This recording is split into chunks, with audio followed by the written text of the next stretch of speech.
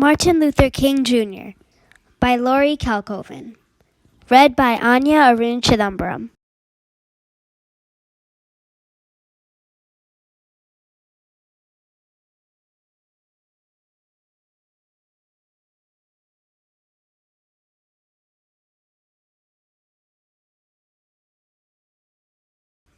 Dear reader, I was 8 years old when Dr. Martin Luther King Jr. died.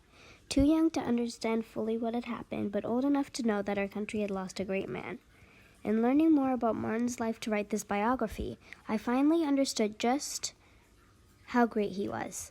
Martin's belief in positive change through love and nonviolence made a real difference.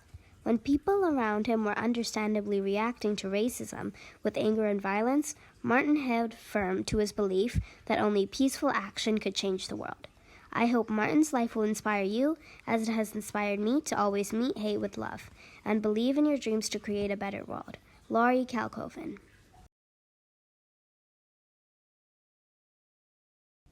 Today we're going to read Chapter 3, A Clear Path, on page 22.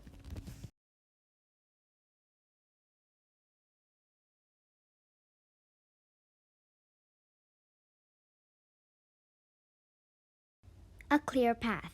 Martin had been top student in his high school. In fact, his grades were so good, he skipped 12th grade.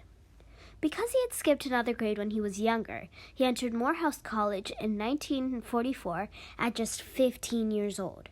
Morehouse was the same college his father and his grandfather had attended.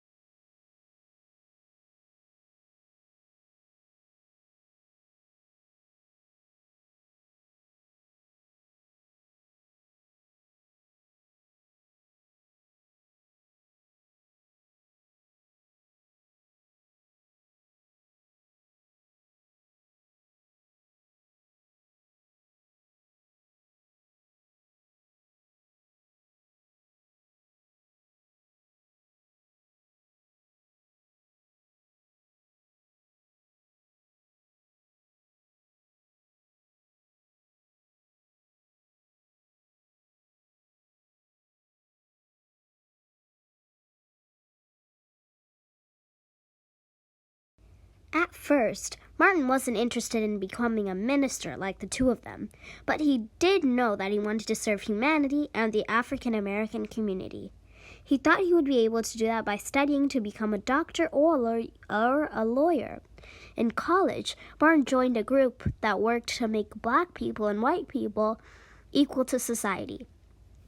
He also discovered the work of Henry David Thoreau. Thoreau was a writer who protested slavery and other injustices in the 1800s with civil disobedience. He refused to pay taxes to a government he thought was unfair and went to jail for his beliefs. By studying Thoreau, Martin realized that a nonviolent protest could really change the world. At the same time, Martin greatly admired two of his professors, both of whom are ministers. He began to think that by becoming a minister, he could do more good in the world than he could do as a doctor or a lawyer. What is civil disobedience? When a person uses nonviolent or peaceful methods when refusing to follow a law they believe to be unjust.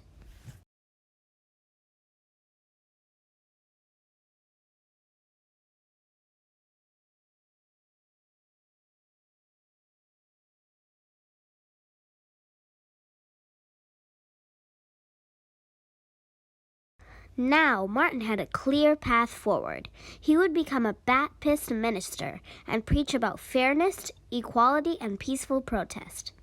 At 17, Martin gave his first sermon at his father's Ebenezer Baptist Church. Martin started speaking in one of the church's smaller rooms. As he preached, people were drawn to his voice and his message. So many people ended up coming that the sermon had moved to the church's main auditorium. It was a very powerful talk. Church members who had watched Martin grow up suddenly saw him as a man instead of a boy. Daddy King would have been happy for Martin to join him as an assistant pastor as soon as he graduated from college. But Martin wanted more education, so at 19, he traveled north to Crozer Theological Seminary in Pennsylvania. Martin would give many sermons at Ebenezer Baptist Church throughout his life. This is a picture of him preaching there in 1960.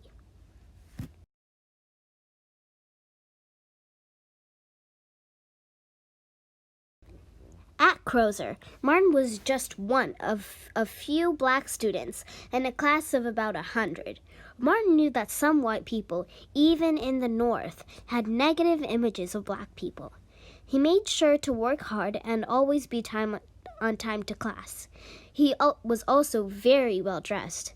He liked snazzy sports jackets, two-tone shoes, and tweed suits so much that his classmates at Morehouse had given him a nickname, Tweed. Martin read the works of many different philosophers, and he began to believe that even more strongly in Thoreau's ideas about nonviolent protest. He wondered, though, if it was truly be possible to solve all the problems of segregation without resorting to violence. That changed when Martin discovered the work of Mohandas Gandhi. Gandhi, an Indian leader, has won his country's freedom from an unfair government, and he had done so using nonviolent protest. Gandhi, Martin wrote in a tribute to him, resisted with love instead of hate. Martin's study of Gandhi made him believe that he could confront the evils of segregation and racism with the same nonviolent methods. Inspiring leader. Mohandas Gandhi was an Indian activist and a leader. He played a big role in helping India gain its independence from Great Britain in the 1930s and 1940s. He also fought for the rights of India's poor. Gandhi's nonviolent methods inspired movements for civil rights and freedom around the world. He is often called Mahatmata, a title given to people who are very wise and holy.